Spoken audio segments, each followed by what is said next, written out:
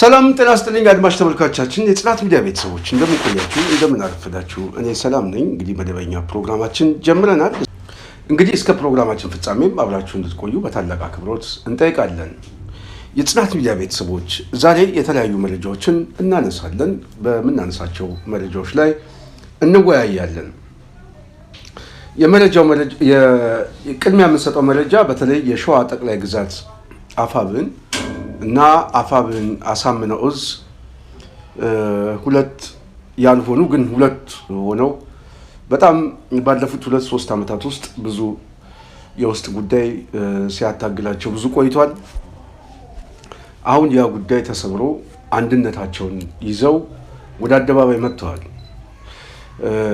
ይሄን አስመልክቶ እኔ ትንሽ ፌስቡክ ላይ ጽፌ ነበር ሐሳቡን በተወሰነ መልኩ ያጋራ በመጨረሻም የሸዋ ጀግኖች የእርስ በርስ ሽኩቻውን አራግፈው ወጥመዱን ሰብረውታል በሸዋ ሰማይ የግንቡ አጥር አፈራርሰው አሰላለፉ ተቀይሯል አንድ መሆናቸውን በማረጋገጥ አዲስ ዜና አምጥተዋል በሸዋ ነገሩ ተቀይሯል በብልጽግና ሰፈር ከባድ ፍርሃት ጭንቀት ሲፈጥር በወገን አሰላለፍ ወኔ ቀስቃሽ ሆኗል አሁን የትግላችን ትኩረት በአፄ ዳዊት መናገሻ ማዕከል ይሆናል ከአንድነቱ በኋላ የአዲስ አበባው የሸዋ ግንባር አጥቂነት ተጠባቂ ሆኗል ወደ አዲስ አበባ በቅርቡም ይፋፋማል እውነትም ያስጨንቃል ሸዋ ተቆጣጥሮታል ይህንን ሐሳብ በዋናነት ያመጣሁት የሸዋ እንቅስቃሴ በዋናነት የመሀል ሀገሩን ፖለቲካ ታሳቢ ያደረገ ስለዚህ የአማራ ትግል ከዳር ወደ መሀል የሚመጣ ከሆነ ሊመጣ የሚችለው በሸዋ በኩል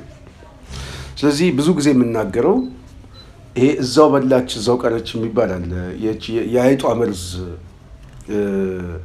መርዟን የሚሸጡ ሰዎች እዛው በላች እዛው ቀረች ይላሉና ትግሉም እዛው በላች እዛው ቀረች እንዳይሆን የግድ ተስቦ መምጣት አለበት የሚል የሁሉም ሰው ስምምነት ነው በተለይ አማራው ትግሉ እየተራዘመ ሲመጣ ይሄንን ሊሸከምበት የሚችል ቁመና በብዙ መልኩ የዛለ ይመጣል በብዙ ምክንያት የድህነቱ ችግር አለ የአጠቃላይ የተፈጠረበት ባለፉት 50-40 ዓመታት ውስጥ የመላሸቅ አለ የድርጅት እጦት የአንድነት እጦት እና ይሄን ሊያሰባስብ የሚችል ትልቅ የሆነ ግዙፍ የሆነ ፖለቲካዊ ተቋም አልገነባም ሲቪል ሶሳይቲ የለውም ስለዚህ ብዙ ሳፖርት የሚያደርገው ትግሉን ሊደግፍ የሚችል በተለይ ደግሞ ፖለቲካይዝ አድርጎ በደንብ ነገሮችን እየተነተነ ወዳጅ የሚያበዛ እንቅስቃሴ አይደለም የአንጃነት የቡድን የተለያዩ ፍላጎቶች ያሉበት ብዙ ነው በትግሉ ውስጥ ራሱ የማይፈላልጉ ሰዎች ብዙ አሉና እየተራዘመ ሲመጣ እየተንጠባጠበ ይመጣል እየተንጠባጠበ ሲመጣ ደግሞ ምን እየሆነ ይመጣል የፕሮፓጋንዳ ሰለባ ይሆናል የጠላት የፕሮፓጋንዳ ሰለባ ይሆናል ስለዚህ አጥቂነት በጣም በጣም ወሳኝ ነው ማጥቃት የሚችለው ደግሞ በዋናነት የስትራቴጂክ የሆኑ ጉዳዮችን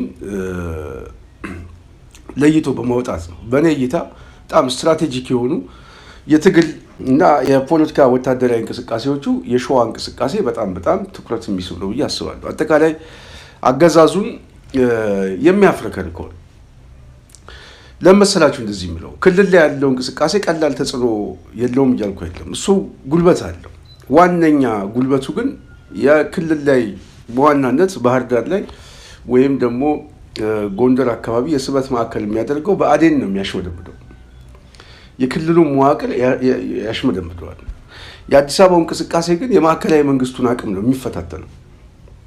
የሚፈታተነው እና ብዙ ኮስት አለው ማለት ነው ከክልሉ ይልቅ ወደዚህ ተስቦ መምጣቱ አንደኛ የትግል ሜዳውን እያሰፋው ሲመጣ ደግሞ ለአገዛዙ ደግሞ እየጠበበበት ነው ሄደ እሱ ብቻ ሳይሆን ፖለቲካሊ ፈጥረው የሚችለው ዲስኮርስ ቀላል አይደለም የሸዋው እንቅስቃሴ እየተጠናከረ ሲመጣ አዲስ አበባ ግንባር ላይ ያለው እንቅስቃሴ በሙሉ አጠቃላይ የትግሉን ማዕከል ይቀይረዋል ስለዚህ የሸዋ ወንድሞቻችን አንድነት በጣም ወሳኝ ነው ማለት ነው ስለዚህ አሁን የትኩረት አቅጣጫቸው ከዚህ በኋላ ሸዋ ወደ አፄ ዳዊት መናገሻ አዲስ አበባ ይሆናል ማለት ነው የአዲስ አበባ እንቅስቃሴ ነው በቃ አሁን ጥምረት ተፈጠረ ስለዚህ የተለያዩ እንቅስቃሴዎችን በጣም በስፋት እኔ የምጠብቀው ሸዋ ላይ እና የሸዋ ስትራቴጂክ ጉዳይ ነው። በጣም ስትራቴጂክ ጉዳይ ነው። በቃ አገዛዙን የሚፈትነው ሰዓት ነው። በተለይ አሁን የአብይ አገዛዝ በብዙ ነገር የተጠመደበት ሰዓት ነው። እንደ ድሮ አይምሰላችሁ። አሁን የመንግስት ቁመና የለውም። 3 መሰረታዊ ጉዳዮች እድሎች እኛ ላይ መጥቷል። አንዱና ዋነኛው አሁን ዓለም አቀፍ ሁኔታው ተቀየረ። አሁን የተፈጠረው ቀውስ በሙሉ የመንግስት ክራይሲስ ነው። በብዙ ነገር መንግስታዊ ጉድለቱ የሚፈጠርበት ሰዓት ነው። ገና በነዳጅ፣ በገንዘብ፣ በአቅርቦት፣ በብዙ ነገር ሌላው ይቅርና ከሀገር ውስጥ ወደ ውጭ ወጥቶ በውጭ ምንዛሬ የሚሰበስባቸው የተለያዩ ጉዳዮች ሁሉ አሁን ሉዝ እያደረጉ ነው። ምክንያቱም ጦርነቱ በራሱ የሚፈጥረው ቀውስ አለ። ስለዚህ ሊያገኝ የሚችለው የውጭ ምንዛሬ ይሄንን እየተጠቀመ ካፒታል በጀቱን እንኳን የሚሸፍንበት እድል የለውም። ስለዚህ የፋይናንስ እጥረት በከፍተኛ ደረጃ አለ። ዓለም ቀውስ ውስጥ ነው የገባው። ይሄ አንዱ ክራይሲስ ነው። ስለዚህ ከሀገር ውስጥ እየሸጠ ቡናውንም ሰሊጡንም የሚሸጥበት እድሎች እየተዘጉ ነው። አሁን የጦርነት እንትን ላይ ናቸው ያሉት። በተለይ ደግሞ የአብይ አገዛዝ አሁን በተለይ ሚድል ኢስቱ አካባቢ ነው ድጋፍ የሚያደርጉለት። መሳሪያም ገንዘብም የሚሰጡት እነሱ ናቸው። እነዚህ ኃይሎች ደግሞ አሁን ከፍተኛ ቀውስ ውስጥ ገብተዋል። አሁን መካከለኛው ምስራቅ ይሄ ገልፍ ሀገራት እየተፈጠረ ያለው ቀውስ ራሳቸውን እንኳን የሚያዩበት ሰዓት አልሰጣቸውም፣ እድልም አልሰጣቸውም። ስለዚህ አብይን ሊመለከቱት አይችልም። ስለዚህ የሞግዚት መንጠባጠብ አለ። ይሄ ከፍተኛ እድል። በሌላ በኩል ደግሞ አሁን በማህበረሰብ ውስጥ እየተፈጠረ ያለ ቀውስ አለ። ከዓለም ቀውስ ጋር አብሮ የሚመጣ መንግስት እንደ መንግስት አሁን የሚያሳድርበት ቁመና የለም። የነዳጅ ትቦዎቹ ምናምን እየተዘጉ ነው። ዓለም አቀፍ መስመሮቹ፣ ዓለም አቀፍ ኔትወርኮቹ ሁሉ እየተበጣጠሱበት ነው። ስለዚህ ፋይናንሻልም እየዳከመ ነው። በመንግስት አስተዳደር ውስጥም ህዝቡን ወደ አመፅ ሊከት የሚችል ከእንደገና ሌላ የኑሮ ቀውስ ሊፈጠር ነው። የመሳሪያ እጥረት አለበት። ተቋማዊ መዝረክረክና መዳከማል። ስለዚህ ይሄ እድል ከዚህ በኋላ የተራዘመ ጦርነት ውስጥ ደግሞ የሚገባበት እድል የለም። ምክንያቱም ባለፉት 7 ዓመታት ውስጥ በጦርነት ነው የመጣው። ስለዚህ ሁለት ኃላፊነት አለበት። የመንግስት ኃላፊነት አለበት፣ የራሱን ደግሞ አገዛዙን የመከላከል ኃላፊነት አለበት። ሁለቱም መወጣት አይችልም። ሁለቱም ጋር ሰራዊት መድቦ ፌዴራል ሰራዊት፣ የደህንነት መዋቅር፣ መከላከያ ሰራዊት፣ ፖሊስን፣ የክልል ልዩ ኃይልን ምናምን ተሸክሞ ማስተዳደር የሚችልበት ምንም አይነት አቅም የለም። ካፒታል በጀቱም አይፈቅድም፣ የመንግስት አቅሙም አይፈቅድም። አጠቃላይ ስርዓቱ እንደ ስርዓት የሚቆምበት እድል የለው። ስለዚህ እየተቀየረ የመጣው ምንድነው? ወደ ሽፍትነት ነው የሚቀየረው። የመንግስት ሽፍታ ነው የሚሆነው። የበለጠ ደግሞ አማጺው ኃይል ደግሞ ለነጻነት የሚታገለው የበለጠ እድል አለው። ሌላ ኃላፊነት የለው። ኃላፊነቱ ይህንን ቡድን ብቻ ማፍረስ ነው። የሚያስተዳድረው ህዝብ የለም። ስለዚህ ይህንን ቡድን ለመታገልና በዚህ በኩል ያለው አሰላለፍ ሁለቱ ለየቅል ናቸው፣ ይለያያሉ። ስለዚህ በጣም ጥሩ እድል አለ። ስለዚህ የፋኖ ኃይሎች አንድነታቸው ደግሞ ወሳኝ ሰዓት ላይ መምጣቱ ድሉን የበለጠ ሊያፈጥነው የሚችል እድሎች በጣም በስፋት ይታያሉ። ለዚህ ነው ይሄ በጣም ወቅታዊ የሆነ ጉዳይ። አሁን ዓለም አቀፍ ክራይሲስ የመጣው በአብይ አገዛዝ ላይ ያልታሰበ ዱብዳ። እኔ በቃ ህዝቡን ነፃ ሊያወጣው ይሄንን ህዝብ ነፃ የሚወጣበት እድል ፈጣሪ ነው ያመጣው ከላይ የመጣ አድርጌ ነው የማይሆን። ስለዚህ ይሄ አገዛዝ በምንም አይነት መልኩ በተለይ ደግሞ ምርጫ የሚል ማጭበርበሪያ ስልቶቹን የሚጠቀምበት እድል ማጨናገፍ የሚቻልበት ታይሚንግ አሁን ምርጫ ቦርድ ምዝገባ ጀምረናል ምናምን አለ። ምዝገባውን ዘግተናል ማስባል አለበት። ይሄ ትልቅ የፖለቲካ ድል። አልቻልንም፣ አብይ አህመድ ምርጫ ማድረግ አልቻልኩም በተፈጠረብኝ ቀውስ ብሎ መግለጫ ማሰጠት ትልቅ የፖለቲካ ድል። እሱን ታሳቢ ማድረግ የሚቻለው ደግሞ ባህር ዳር ዙሪያ አይደለም፣ አዲስ አበባ ዙሪያ ነው። እዚህ ምርጫ ቦርድ አፍንጫ ላይ። ስለዚህ ይሄንን ስትራቴጂ መንደፍ የግድ ያስፈልጋል ብዬ አስባለሁ። ከዚህ በፊት አንድነቱ በብዙ መልኩ ስለሚፈታተን ያልተሳኩ ጉዳዮች አሉ። አሁን ግን ተሳካ። ወንድሞቻችን ይህንን ጉዳይ የገለጹበት መንገድ በተወሰነ መልኩ ላሰማቸው እስቲ እንዴት ድባቡ ደስ የሚል ድባብ እንደሆነ። ያው እንግዲህ የካቲት 29 2018 የተባረከች ቀን የተቀደሰች ቀን ለህዝባችን ለአማራ ህዝብ ኩራት ነው። ጥላት ደግሞ የሚሸማቀቅበት አይኑ የሚቀላበት ወገናችን ደግሞ የሚደሰትበት የሚስቅበት ቀን በመሆኑ እንደ አማራ ፋኖ ብሔራዊ ንቅናቄ ሐሳቤን እገልጣለሁ ማለት ነው። እንግዲህ ለተከታታይ ቀናት ሸዋ ቤቱን ዘግቶ ሲመክር ሲነጋገር ቆይቷል ማለት ነው። አያቶቻችን እና አፄ ምኒልክ እንዲሁም ለብዙ ዘመናት ሀገርን ሲያስተዳድሩ ህዝብን ሲመሩ ያለ ልዩነት በአንድነት ያስመሰከሩበት ትልቅነትን ያሳዩበት ለልጆቻቸው ብዙ ነገር ያስተማሩበት እኛ ልጆቻቸው ደግሞ ከነሱ ተምረን የነበረን ልዩነት የነበረንን መገፋፋት ለአጠቃላይ ለአማራ ህዝብ አሁንም በአንድነት የሚታገልበትን ልዩነታችንን የነበረብንን መገፋፋትና በተንኮለኞች በሴረኞች የተተበተበብንን ትብትብ ዛሬ ቀብረናል ማለት ነው። ዛሬ ይሄንን ታሪካዊ ቀን ለህዝባችን የምናስደስትበትና መላው የአማራ ህዝብ ደስታውን ተቀብሎ እኛ እንደተቃቀፍነውና እኛ እንደተመካከርነው ሌሎችም በውጭም በውስጥም ትግላችንን የሚደግፉ ትግላችንን ለማሻገር ሌት ተቀን የሚለፉ ወንድሞቻችን እንደሰማችሁት ነው። እንግዲህ የጽናት ሚዲያ ቤተሰብ እጅግ በጣም ደስ የሚልና ብዙ ሰዎችን እያነቃቃ የወገን ኃይሎችን እያሰባሰበ የሚመጣ ነው። ይሄ ሰራዊቱንም የሚያነቃቃ ነው። ህዝቡን በተመሳሳይ ህዝቡ አንዱን እባካችሁ ብሎ የሚጨቀጭቀውን ህዝብ ማዳመጥ በጣም ዘግይቷል። በጣም ነው የዘገየው፣ ግን ቢዘገይም ደስ የሚል ስለዚህ የትግሉ ሁኔታ መልኩ መቀየር የሚችልበት ታይሚንግ ተፈጥሯል ማለት ነው። የአብይን አገዛዝ በብዙ መልኩ ማዳከም የሚቻልበት እድሎች እየተፈጠሩ ነው።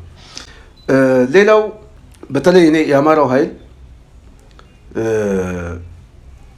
አሁን ይሄ ስትራቴጂክ የሆኑ ጉዳዮች ላይ ነቅሶ ይሄንን ሰዓት መጠቀም የማይችልበት ሰዓት እየተፈጠረ ከመጣ በብዙ መልኩ የመዳከም እድል ይኖረዋል። በብዙ መልኩ መዳከም እድል ይኖረዋል የምንለው ትግሉ ላይጠፋ ይችላል። መንጠባጠብ ግን ይመጣል። ኃላፊነትን ያለ አግባብ መወጣት፣ ትችቶች ሊመጣ ይችላል። በብዙ መልኩ ውስጣዊ ሽኩቻዎችን ሊፈጥር ይችላል። በነገራችን ላይ ድል ሲጠፋ ምንጊዜም ሰራዊቱም ደጋፊውም ወደ ውስጥ ነው የሚሄደው። ወደ ውስጥ ሲያይ ደግሞ የውስጥ መጠዛጠዝ ያመጣል። ስለዚህ ወደ ውስጥ የሚመለከተው ውጤት ሲያጣ ውጤት ተኮር እንቅስቃሴ ማምጣት የሚቻለው ውጫዊ ትግል ላይ በጣም በትኩረት ሲሰራ ነው። ውጫዊ ትግል ላይ እስካሁን የፋኖ ኃይሎች ያስመዘገቡት ድል እንዳለ ደካማ ድሎች ደግሞ አሉ። ደካማ ጉዳዮች ምንድን ነው? ያ የውስጥ መጓተት፣ የተለያዩ ሽኩቻ፣ የፓወር አሰላለፍ፣ ኢጎ ምናምን፣ እነዚህ ኢጎይስት የሆኑ አመለካከቶች በአጠቃላይ ትግሉን ጎትተው በተወሰነ መልኩ አኩርፎም በዝምታም በምናምን ዝም ብሎ የተቀመጠ ብዙ ነው። ይሄንን ወደፊት መሰብሰብ ያስፈልጋል። ይሄንን ወደፊት ለመሰብሰብ የሚያስፈልገው ተከታታይ የሆነ ውጤት ተኮር የሆነ ድሎች ናቸው። ተከታታይ የማያቋርጥ ይሄ ታይሚንግ ደግሞ ወሳኝ ሰዓት አሁን ትልቁ እድል አሁን እጃቸው ላይ ነው ያለው። በቃ ድንገት የመጣ ክስተት ብዬ ነው የማስበው። ድንገት ይሄ ቻንስ። ስለዚህ ልክ ይሄ የቀዝቃዛው ጦርነት ማብቂያ ላይ ህወሓት የመጨረሻው ሰዓት 80ዎቹ አካባቢ ላይ የቀናቸው ድል አይነት አሁን የፋኖ ኃይሎች ይሄ እድል መጥቶላቸዋል። ይሄ ኦፖርቹኒቲ መጥቷል። ይሄንን እድል መጠቀም በጣም በጣም ወሳኝ ነው ብዬ አስባለሁ። እንግዲህ አጥቂነቱን በስፋት ይቀይሩታል ብዬ ተማመናለሁ። በጣም ደስ የሚለው ጉዳይ ግን ውስጣቸው ያለውን ሽኩቻ አርግበው ልዩነታቸውን ፈተው መምጣታቸው የሚያስመሰግን ነው። የጽናት ሚዲያ ቤተሰብ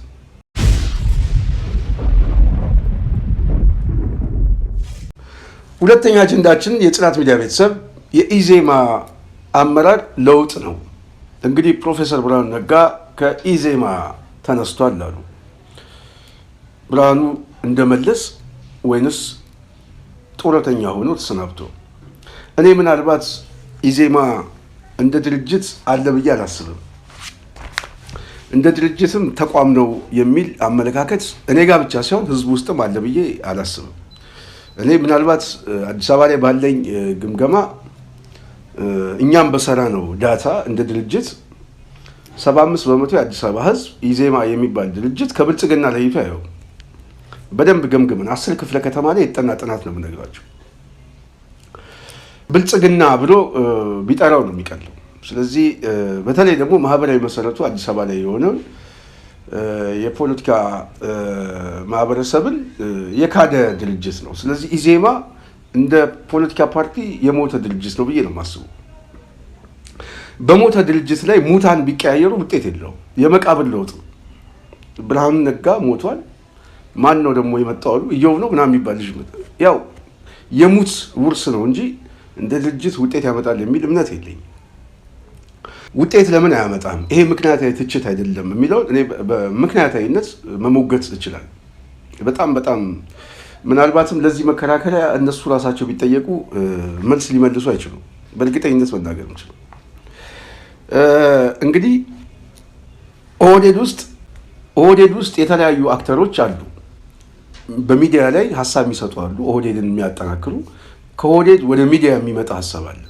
እኔ ብዙ ጊዜ የኦህዴድን ሀሳብ በሚዲያዎቹ በኩል በካድሬዎቹ በኩል ይገባኛል መልእክቱ ምን እንደሆነ ማለት ነው። እና ኢዜማ ላይ በተወሰነ መልኩ ስጋትም ያደረባቸዋሉ፣ ምንም አያመጣም ብሎም የሚያስበው አሉ። ስጋቱ ምንድን ነው? ከምን የመጣ ነው የሚለውንም ትንሽ እንፈትሸዋለን። የጽናት ሚዲያ ቤተሰብ እንግዲህ አንድ ድርጅት በዋናነት የድርጅት ቁመና ሊኖረው የሚችለው 3 መሰረታዊ ጉዳዮችን ሲጠብቃቸው፣ አንደኛው ዓላማ ነው፣ የተነሳበት ዓላማ ነው። ሁለተኛው እነዚህ ዓላማዎችን የሚያስፈጽምበት ስልቶች ናቸው። እነሱም ፓርቲ የምንለው ድርጅት ስልት ነው። ይሄ የዓላማ ማስፈጸሚያ መሳሪያ ነው። ሶስተኛው ግን ክስተቶችን መጠቀም ነው። ሚንስ አሁን ለምሳሌ ምርጫ ክስተት ነው። እነዚህ ክስተቶችን ለመጠቀም ቅድም እንዳልኳችሁ የድርጅት ቅርጹ ወሳኝ ነው፣ ዓላማው ወሳኝ ነው።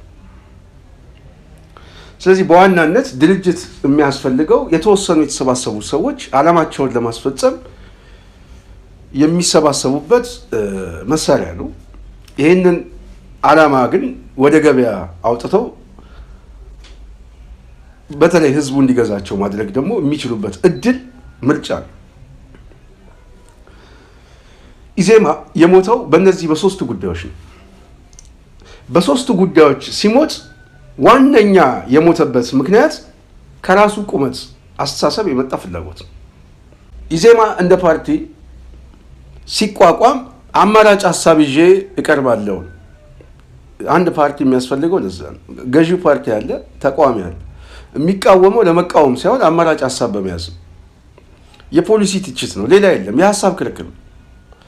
በዚህ የሀሳብ ክርክር ላይ አማራጭ ሀሳብ አለኝ የሚል አንድ የፖለቲካ ፓርቲ አማራጭ ሀሳቡን ይዞ ህዝቡን ወደ ማሳመንና ማስተዋወቅ ውስጥ አልገባም። ኢዜማ አማራጭ ሀሳቡ ዓላማውን፣ ምርጫ ደግሞ ክስተቱን ቅድም ብያቸዋለሁ። ድርጅቱ ደግሞ ስልት ነው። ኢዜማ አማራጭ ሀሳቡንም ምርጫውንም የድርጅት ቁመናውንም ይዞ የሄደው ገዢው ፓርቲ ውስጥ ነው። ስለዚህ አማራጭ ሳይሆን ተለጣፊ ነው የሆነው። ተለጣፊ ብቻ አይደለም፣ የካቢኔ አባል ነው የሆነው። የካቢኔ አባል ሲሆን አማራጭ ሀሳቡን ሸጦታል። ምክንያቱም የፖሊሲ መከራከሪያ አለኝ ቢል እንኳን ሊታመን አይችልም።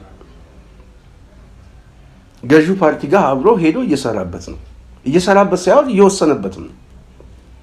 እኔ እኮ እዛ ሆኜ እየታገልኩ ነው ምናምን ነገር አይሰራም እሱ። እንደዚህ አይነት ትግል የለም። እንደዚህ አይነት ትግል የለም።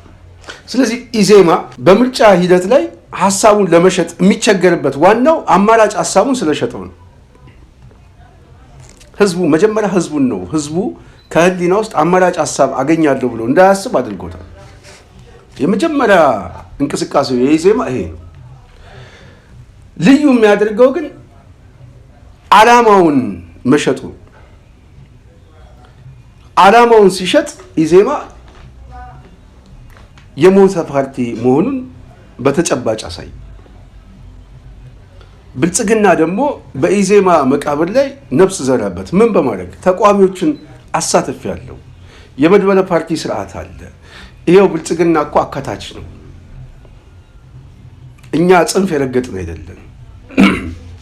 ሰፋ አድርገን ነው የምናስበው፣ ነገን ነው የምናስበው ምናምን የሚል ቢያንስ ማደናገሪያ ተጠቅሞበታል። ኢዜማ በውጤት ደረጃ ምን ተገመገመ ከተባለ ግን እንደው ያተረፈው ትርፍ ምንድን ነው ከተባለ ምንም። ህዝብ ውስጥ ያለው ዳሰሳ ጥናት ቢሰራ 90% የሚሆነው ኢዜማን ከብልጽግና ለይቶ ያየው። ስለዚህ ከብልጽግና ለይቶ ኢዜማ እንዳያየው እንቅፋት የሆነበት አማራጭ ሀሳቡን የሸጠ ሰዓት፣ የተለጠፈ ሰዓት ያኔ ሞተ ማለት ነው። ስለዚህ ብርሃኑ ከስልጣን የለቀቀው ሞቱን ስላወቀ ነው። ከዚህ በኋላ መንቀሳቀስ አይችልም። ፖለቲካዊ ሞቷል። ሌላ አማራጭ የለውም። ስለዚህ የሚሻለው ከብልጽግና ጋር መቀጠል ወይም ከብልጽግና ለቆ ያው በተሰማራበት የንግድ እንቅስቃሴ ላይ መንቀሳቀስ እንጂ ከዚህ ውጪ ሌላ ውጤት ሊያመጣ አይችልም። ምክንያቱም የነበረውን ኢንቴግሪቲ ነው የሸጠው፣ የነበረውን ተአማኝነት ነው የሸጠው፣ የነበረውን ፖለቲካ ስብዕናውን የሸጠው። ያ የፖለቲካ ስብዕና አሁን የለም። አንቱ የተባለ ሰው ነበር። ስለዚህ በዛ የሞተ ስብዕና ውስጥ ሊያስቀጥለው የሚችለው ድርጅት ከሌለ በዛ ድርጅት ውስጥ ደግሞ ቅድም ያልኳቸው ክስተት የሆነው ምርጫ ውጤት የለው። ምርጫ ውጤት የሚያመጣው ከአማራጭ ሀሳብህና ከድርጅት ቁመና ሲመጣ ነው። የድርጅት ቁመና የለም። አሁን ኢዜማ እውነት ለመናገር የብልጽግና ፎረም ሊግ፣ ይሄ የወጣቶች ሊግ ምናምን ይበልተዋል። የብልጽግና ሊግ ነው የምነግራቸው። አደረጃጀት አለው ምናምን ቢያንስ ትንሽ እንኳን የመንግስትን ቁመና ጠቅመው እነሱ የተሻለ ነው ቢባል እንኳን እንደ ተቃዋሚ ድርጅት ውስጥ ካሉ እኔ ኢዜማ እንደ አደረጃጀት እዚህ ግባ ነው የሚባል ድርጅት ነው ብዬ አላስብም።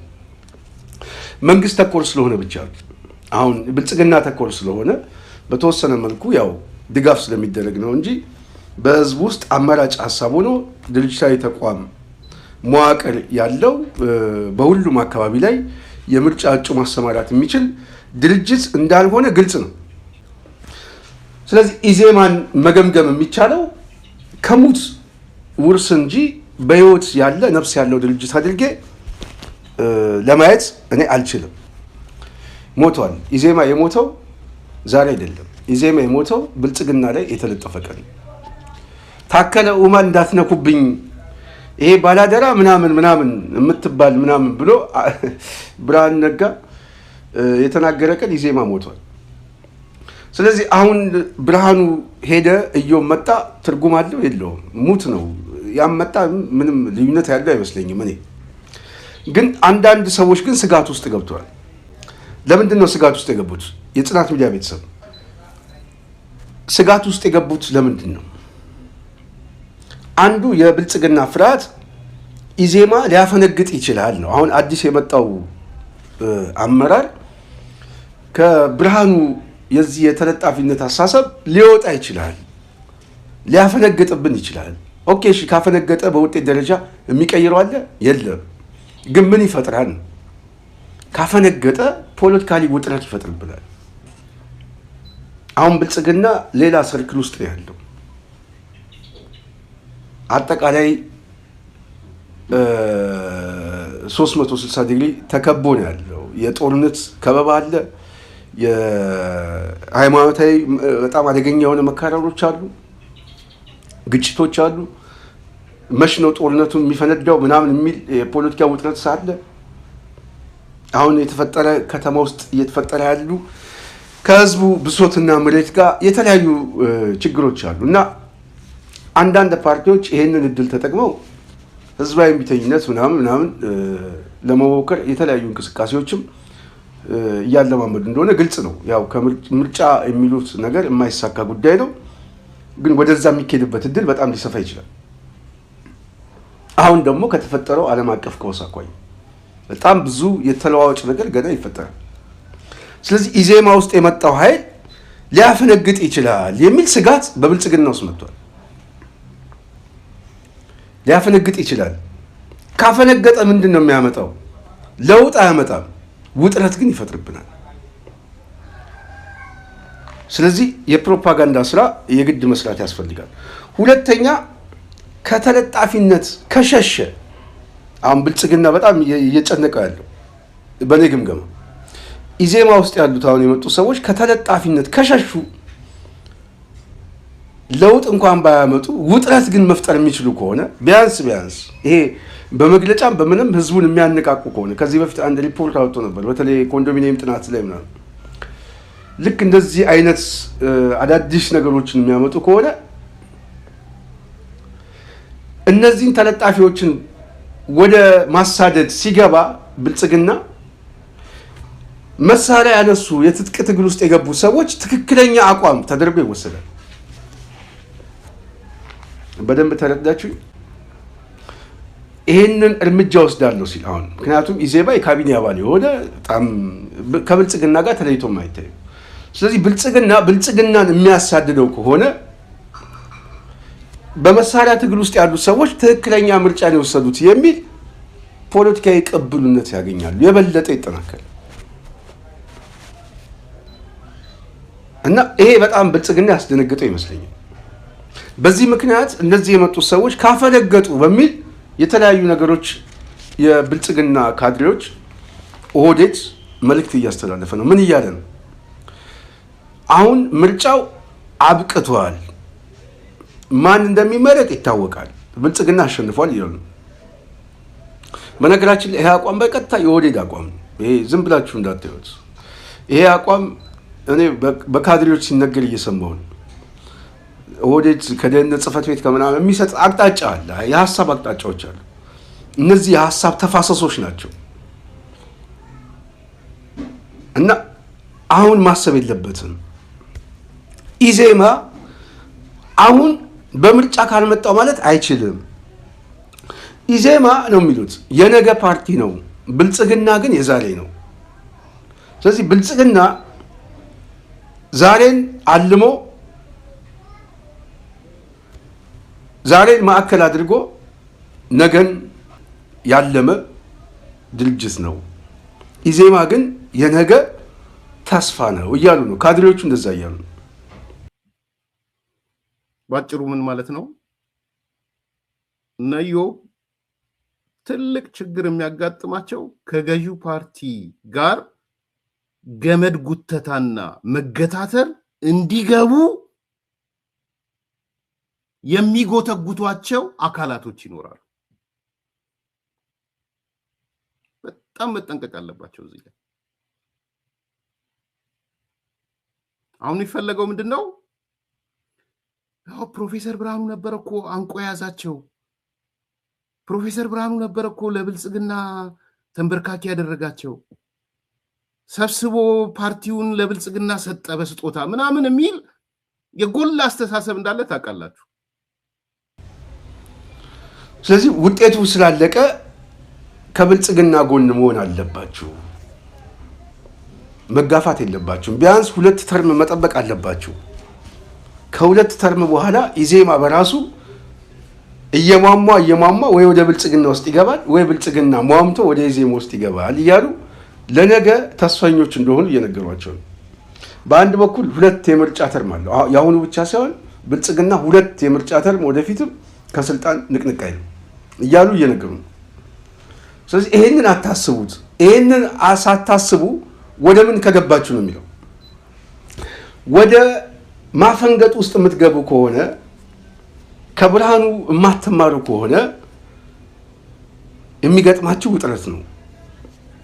ያው ስርዓት ነው ምናምን ወይም ፓርቲው ይዘጋል፣ ምርጫ ቦርድ ምናምን ይባላል። ብቻ ግን ያው የአብይ አገዛዝ የትጥቅ ትግሉን የበለጠ እያበረታታው ሊመጣ ነው።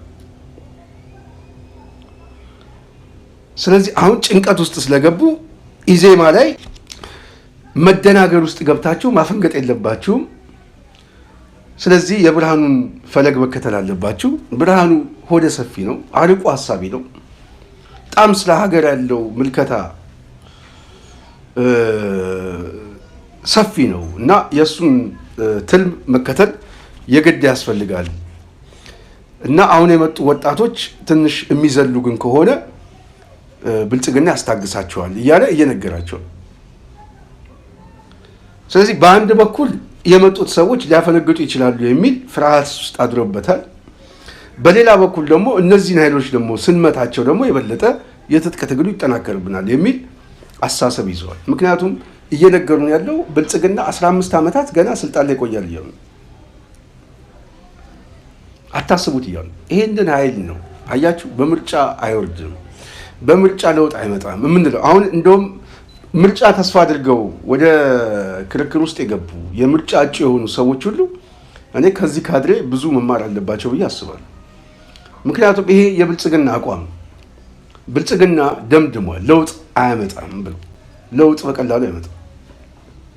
ስለዚህ ለውጥ ሊመጣ የሚችለው ብቸኛ መንገድ የፋኖ እንቅስቃሴ ምርጫ የሌለው አማራጭ እንደሆነ ግልጽ ነው ማለት ነው። ስለዚህ ብልጽግና ዛሬን ማዕከል አስጠብቆ ነገን የሚተልም ሲሆን የኢዜማ እሳቤ ግን የነገ ፓርቲ ነው። ስለዚህ ለነገ መታገስ አለባቸው፣ መዝለል የለባቸው፣ ብርሃኑን መከተል አለባቸው። ለሚቀጥሉት 2 ምርጫ ቢያንስ ብልጽግናን ማስታመም አለባቸው እያሉ እኔ እውነት ነው እኮ የምናገረው። ከዚህ ቡድን ጋር እንደው ተሰባስቦ ስለ ምርጫ ማሰብ በራሱ በጣም ይገርም። ለዚህ ነው ፖለቲካሊ ሞተዋል የምለው። ኢዜማ ለዚህ ሞተ። ስለዚህ ብርሃኑ ሙትን ነው ያሸጋገረው እንጂ ነፍስ የሚዘራበት ድርጅት የለም። ብርሃኑ በራሱ ኢዜማን ሲፈጥረው ሙት አድርጎ ነው የፈጠረው። ስለዚህ አንድ ሙት በሌላ ሙት ቢተካ ያው የበድን ጉዳይ ነው እንጂ መቃብሩ ተመሳሳይ ይመስለኛል። ለውጥ ካለ ግን ከመቃብራቸው ፈንቅለው የሚነሱ ከሆነ ነገ ጧት የምናየው ግን አያረጉትም። በእርግጠኝነት ነው የምናገረው። እዛ ውስጥ አይገቡም፣ አፈጣጠሩ ስለማይፈቅድ። ቅድም እንዳልኳችሁ ዓላማውን አማራጭ ሀሳቡን ለብልጽግና ስለሸጠ አሁን ከዛ ቅርቃር ውስጥ ግን ወጥቶ እግሩን ከተከለበት ቦታ ላይ ነቅለው የሚያወጣ ግን ከሆነ ግን በተወሰነ መልኩ ቅድም እንዳልኳችሁ ውጥረት መፍጠር ይችላል። ከሌሎች ፓርቲዎች ጋር በማሰባሰብ ቢያንስ ህዝባዊ እምቢተኝነት ምናምን ሊያቀጣጥል ይችላል። ይህንን እድል ይጠቀምበታል ወይ ከተባለ ነገ የምናየው ነው፣ ግን አይመስለኝም። ለዛ የሚሆን ልብና ተቋማዊ ስልት የግድ ስለሚፈልግ ብዬ ነው ይህን ያመጣሁት። የጽናት ሚዲያ ቤተሰብ በተወሰነ መልኩ በዚህ ከምርጫው ጋር በተያያዘ ከኢዜማ ጋር በተያያዘ አንዳንድ የወዴድ የሚዲያ አርቢዎች የገለጹትን ወደ እናንተ ላምጣ ብዬ ነው። የዛሬ ፕሮግራማችን ይህን ይመስላል። በሚቀጥለው በሌላ ፕሮግራም እስክንገናኝ ፕሮግራሙን ያዘጋጀውላችሁ እኔ ስንታየው ቸኮል ነኝ። በዚሁ እሰናበታለሁ። ሰላም።